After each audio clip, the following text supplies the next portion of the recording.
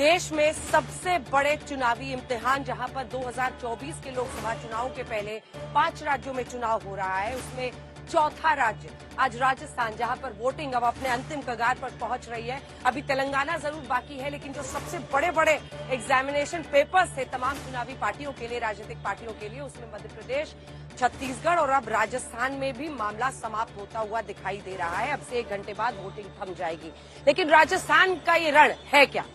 राजस्थान में पूरी लड़ाई इस बात को लेकर है कि अशोक गहलोत कहते हैं कि राज खत्म नहीं होगा, रिवाज बदलेगा। रिवाज क्या है राजस्थान का? पिछले 30 वर्षों से यहां पर कोई भी सत्ता में वापसी नहीं कर पाया है। हमेशा यहां की जनता ने दूसरी पार्टी को मौका दे दिया है, यानी सत्ता से मुख्यमंत्री को बेदखल किया है। अशोक गहलोत ये दम भर रहे हैं कि इस बार ऐसा नहीं होगा। वहीं वसुंधरा राजे सीएम फेस तो नहीं है बीजेपी की तरफ से। पीएम ने कहा है कि हमारी तरफ से उम्मीदवार अगर कोई है तो वो कमल छाप है। बहरहाल सीएम जो भी बने, बहुत सारे केंद्रीय चेहरे हैं जो यहां पर उतारे गए हैं। इस बार राजस्थान के इस रण में किसका चलेगा दम? इससे पहले कि हम चर्चा की शुरुआत करें, राखी राठौड़ बीजेपी के प्रवक्ता हमारे साथ जुड़ रहे हैं, आलोक शर्मा प्रवक्ता कांग्रेस पार्टी के, विजय विद्रोही हमारे साथ वरिष्ठ पत्रकार राजस्थान पर नजर रखते हैं, वो जुड़ रहे हैं, विनोद अग्निहोत्री हमारे साथ जुड़ रहे हैं। लेकिन इससे पहले कि हम चर्चा की शुरुआत करें, ये रिपोर्ट।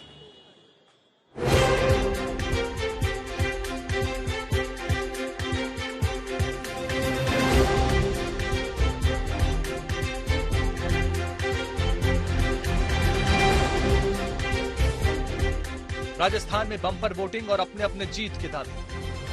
आज मतदान का दिन है, लोकतंत्र का पर्व है। सब लोग जाके अपने वोट को कास्ट करें और जो जनता का निर्णय होता है वो सही निर्णय होता है। मैं समझता हूँ उस पब्लिक से ज्यादा समझदार और संजीदा कोई नहीं है, ना नेता ना पत्रकार। तो पब्लिक पे छोड़ देना चाहिए। पब्लिक मुझे लगता है कि पिछले 5 साल के कार्यकाल को देखेगी और भाजपा और कांग्रेस की वर्किंग को, नेताओं के आचरण को, और उस पर अपना आकलन करके मतदान करेगी। इसलिए मुझे पूरा विश्वास है कि इस बार की सारी स्टेट्स में कांग्रेस जीत रही है, राजस्थान में हम जीत कर जाएंगे। देखिए, पिछले 5 साल राजस्थान का जो बेहाल हुआ वो इसी वजह से तो हुआ कि जिसके पास साधन आ रहे हैं वो साधन तो नीचे लगा ही नहीं रहे, वो तो लूट मचा रखी है। ये बहुत ही क्रूशल एक सरकार हो जाती है, लिंक हो जाती है। केंद्र सरकार और जनता के बीच का जो बहुत महत्वपूर्ण लिंक है वो है राज्य की सरकार, और उसमें यहाँ पर काम करने का अवसर मिलेगा। जैसे मैं कह रहा हूँ, जीत निश्चित है, प्रचंड जीत है राजस्थान के अंदर। सुबह से ही वोट डालने के लिए दिग्गजों का तांता लग गया। वसुंधरा राजे, सचिन पायलट, गजेंद्र सिंह शेखावत, गौरव वल्लभ, दिया कुमारी जैसे नेताओं ने वोट डाले। जैसे जैसे वोटिंग का वक्त बीत रहा है, जुबान भी तीखी हो रही है। आज का जो बड़ी 25-30 मीटिंग कर रहे हैं, प्राइम मिनिस्टर कर रहे हैं, गृह मंत्री पड़ाव डाल रहे हैं, केंद्रीय मंत्रिमंडल की तो लाइन लगी हुई थी मंत्रियों की, और 5-7 राज्य मुख्यमंत्री आ गए, क्योंकि सब चाहते हैं कि हमला बोला मेरे ऊपर, मेरी गवर्नमेंट पर, इसलिए कि मेरी सरकार गिरा नहीं पाए लोग। ये मध्य प्रदेश में कामयाब हो गए, महाराष्ट्र में हो गए, कर्नाटक में हो गए, हॉर्स ट्रेडिंग करके, कोई के 25 करोड़, 30 करोड़, 35 करोड़, पता नहीं क्या क्या। कांग्रेस पार्टी जो दूसरों पर इल्जाम लगा रही है, कल सीपी जोशी जी का इंटरव्यू में देख रहा था, और परसों सचिन पायलट साहब का, कि चेहरे को तो चुनाव के बाद में, विधायकों की सहमति के बाद में आलाकमान तय करेगा। अब पहले अपने प्रश्न का जवाब दें, अपने घर की हकीकत को जानें, उसके बाद दूसरों पर टिप्पणी करें। हमने तो कहा है कि हमारा चेहरा नरेंद्र मोदी। जिस पार्टी के पास में दुनिया का सबसे लोकप्रिय चेहरा हो, दुनिया का सबसे विश्वसनीय चेहरा हो, एक ऐसा चेहरा जिसको देश का गरीब अपना अभिभावक मानता है। इस बार राजस्थान चुनाव में इन मुद्दों का बोलबाला रहा। हिंदुत्व के मुद्दे में कन्हैया लाल की हत्या, हिंदू त्योहारों पर पत्थरबाजी, धमाके के आरोपियों का बरी होना, पीएफआई के जुलूस पर खूब चर्चा हुई। इस बार के चुनाव में सत्ता विरोधी लहर पर बीजेपी सवार है। बीजेपी ने पेपर लीक मामला, गहलोत सरकार में बेरोजगारी और महंगाई का मुद्दा भी उछाल दिया। वहीं कांग्रेस ने गहलोत सरकार के काम गिनाए।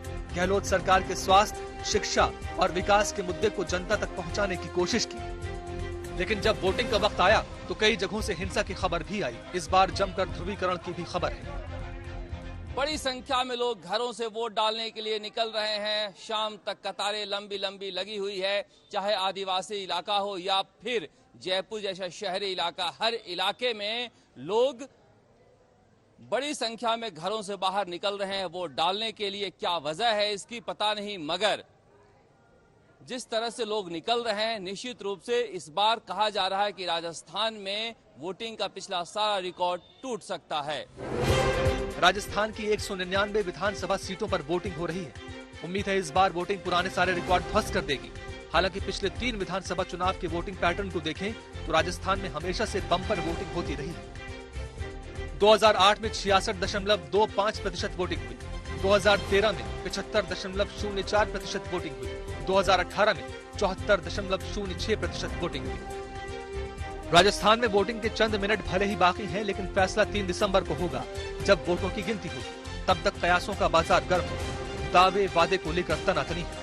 अशोक सिंघल, मौसमी सिंह, शरद कुमार के साथ आज तक ब्यूरो। अब आइए आपको बता देते हैं, शाम 3 बजे तक का वोटिंग परसेंटेज 55.63। हालांकि पिछली बार की अगर आप देखें वोटिंग परसेंटेज को 73 के बीच में रहा था। इस बार वोटिंग परसेंटेज कहां तक पहुंचता है? अगर आप राजस्थान में हैं, जरूर अपना वोट डालने के लिए जाइए, क्योंकि ये लोकतंत्र में आपकी सबसे बड़ी ताकत है। अभी है, मतलब 3 बजे तक के आंकड़े अगर आए हैं 55.63%, तो 3 से 6 बजे 3 घंटे का वक्त है जिसके आंकड़े आएंगे। अभी 1 घंटा और है वोटिंग में बचा हुआ। 6 बजे तक राजस्थान की जनता वोट कर सकती है। इस बीच आइए देखते हैं कि क्या कतारें रफ्तार पकड़ रही हैं शाम के इस पहर में। कई लोग अपने काम में इधर उधर जाते हैं, शाम में निकलना चाहते हैं वोट करने के लिए। हिमांशु हमारे साथ जुड़े हुए हैं झालरापाटन से, और शरद हमारे साथ जयपुर से बने हुए हैं। जयपुर से शरद, आप ये बताइए कि ग्राउंड रिपोर्ट एक तो क्या कह रही है, महिलाएं कितनी फीसदी निकली हैं, कितना पुरुष निकले हैं, वोटिंग परसेंटेज क्या 3 बजे के बाद तेज रफ्तार पकड़ती हुई दिखाई दे रही है? अशोक सिंघल भी हमारे साथ जुड़े हुए हैं जोधपुर से, उनके पास बाद में चलेंगे। पहले शरद, क्या कह रही है पूरी ग्राउंड रिपोर्ट राजस्थान की? अंजना, बहुत तेज वोटिंग हो रही है। लोग जिस तरह से आप 3 बजे की बता रही थी, 4 बजे तक 65% के आसपास मतदान जो हो गए थे कई जिलों में, और कहा जा रहा है कि राजस्थान में करीब करीब 62% मतदान हो गए थे। तो आप समझिए कि अभी आंकड़ा बढ़ता है जो फाइनल आता है। तो लेकिन आपको एक बार दिखाना चाहेंगे गेट के अंदर से, जहां मैं वोट देने के लिए आया हूं। मैं और मैं घर वाले करीब 1 घंटे से लाइन में लगे हुए हैं, और ये कतारें हैं। आप देखिए, यहाँ पर महिलाओं की कतार अलग है, पुरुषों की कतार अलग है, और यहाँ पर कतारें लगी हुई है, लेकिन लोग डटे हुए हैं। कई लोग कह रहे हैं कि सुबह 11 बजे से हम आके 3-3 बार लौट आए हैं। तो ये स्थिति है यहाँ पर वोटिंग की। लोगों में एक उत्साह है, खास करके महिलाओं में भारी उत्साह है वोट डालने के लिए। मगर क्या राजस्थान के लोग चौंकाने जा रहे हैं क्या, जो इतना उत्साही होकर वोट डाल रहे हैं? और देखिए, जो हम लोग बात कर रहे थे अंजना सुबह ध्रुवीकरण को लेकर, तिजारा में सारे रिकॉर्ड टूट गए हैं। 4 बजे तक 70% से ज्यादा मतदान हो गया है, जो पोस्टर बॉय थे हिंदुत्व के बालकनाथ के यहाँ। और मैं चारदीवारी में घूम रहा था, वहां तो ऐसा लग रहा है कि ध्रुवीकरण को लेकर कंपटीशन हो रहा था कि कहां पर ज्यादा वोटिंग हो सके। आप देखिए, अगर धौलपुर की देख लीजिए या फिर आप अलवर की देख लीजिए वोटिंग प्रतिशत, तो ध्रुवीकरण से इनकार नहीं किया जा सकता। फतेहपुर में जहां पर अल्पसंख्यक उम्मीदवार खड़े हैं कांग्रेस के, और वहां हिंदुत्व के नारे को लेकर बीजेपी जा रही है, वहां टकराव की स्थिति आ रही है। रामगढ़ में देखिए आप, उसके बाद तिजारा देख लीजिए, फिर फतेहपुर देख लीजिए। तो कहीं ना कहीं जो हम लोग बात कल से कर रहे थे कि ये ध्रुवीकरण जो है जमीन पर दिखाई दे रहा है, और उसका असर है ये क्या है पता नहीं, मगर दोनों तरफ से तैयारियां भी खूब है। इस बार मैं देख रहा हूं कि कांग्रेस की तरफ से ऑटो रिक्शा लगा है शहरों में, ई रिक्शा लगा है, बीजेपी की तरफ से मोटरसाइकिल है, गाड़ियां हैं। बूथ पर पहुंचाने का सिलसिला जारी है। अभी मुझे लग रहा है कि अभी 1 घंटे से कम का समय बाकी है, मगर फिर भी लोग आए जा रहे हैं इस बूथ पर अभी भी। जी अंजना। ठीक है अशोक, जोधपुर से क्या ग्राउंड रिपोर्ट है? जयपुर में हवा महल के सामने हम हैं। अब किसकी बातें और दावे हवा हवाई होंगे? आज जनता ने उस पर मुहर लगा दी है। जोधपुर में किस तरह से लोग वोट डालते हुए दिखाई दे रहे हैं? अंजना, सुबह से कतारें लगी हुई हैं। हालांकि दिन में थोड़ा कम हुआ था क्योंकि खाना बनाने का समय होता है, महिलाएं कम थी, लेकिन सुबह सुबह देखा बहुत ज्यादा महिलाएं थी। और अभी देखिए पीछे कतारें कैसी लगी हुई हैं। 1 घंटे का समय अंजना बचा हुआ है, पुरुष भी है, उससे आगे महिलाएं की लंबी लंबी कतारें। और देख रहा हूं कि सुबह से अंजना लगातार महिलाओं में काफी उत्साह है। बुजुर्ग महिलाएं जो चल नहीं पा रही थी, व्हील चेयर में आई, पकड़ के उनको लाया जा रहा था, लेकिन वोट डालने यहाँ पर आ रही थी। फर्स्ट टाइम वोटर्स काफी आ रहे थे, और अलग अलग जब उनसे बात की जाती थी उनमें उत्साह था फर्स्ट टाइम वोटर्स में कि पहली बार वो वोट डालने जा रहे हैं, और अपने मुद्दे थे उनके कोई पेपर लीक की बात कर रहा था, कोई रोजगार की बात कर रहा था। तो अलग अलग कंसर्न से उन महिलाओं के महिला सशक्तिकरण सुरक्षा की बात की जा रही थी। लेकिन सबसे अगर बात की जाए पोलिंग को लेकर के, सुबह से कहीं भी खाली नजर नहीं आया। जोधपुर में अगर शहर की बात की जाए, लगातार लोग आए जा रहे हैं, जैसे कि मतलब एक से एक बढ़कर महिलाएं, पुरुष और फर्स्ट टाइम वोटर, काफी उत्साह देखा गया और लंबी लंबी लाइनें दिखाई दे रही हैं वोट को लेकर के। जैसे शरद भी बता रहे थे, पिछली बार से ज्यादा पोलिंग प्रतिशत होता नजर आ रहा है, क्योंकि अभी 3 बजे तक के आंकड़े हैं और 3 घंटे का या 4 बजे तक शरद बता रहे थे 62% वोट के करीब हुआ है। अब ज्यादा उम्मीद की जा रही है कि पिछले आखिरी के 2 घंटे में, क्योंकि लोग घरों से निकलते हैं शाम को, जब लास्ट टाइम होता है पोलिंग का, तो काफी तादाद में लोग घरों से वोट डालने के लिए आते हैं। तो काफी उम्मीद की जा रही है कि यहाँ पर और ज्यादा लोग यहाँ पे आएंगे, क्योंकि 1 घंटे का समय बचा है। अंजना, ठीक है।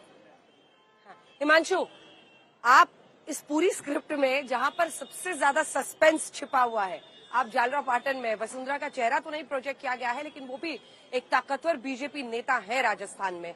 वहां से और आसपास से जो भी आपके सोर्स बता रहे हैं ट्रेंड को लेकर, वोटिंग परसेंटेज को लेकर, महिलाओं के आगे आने को लेकर, किस तरफ इशारा है?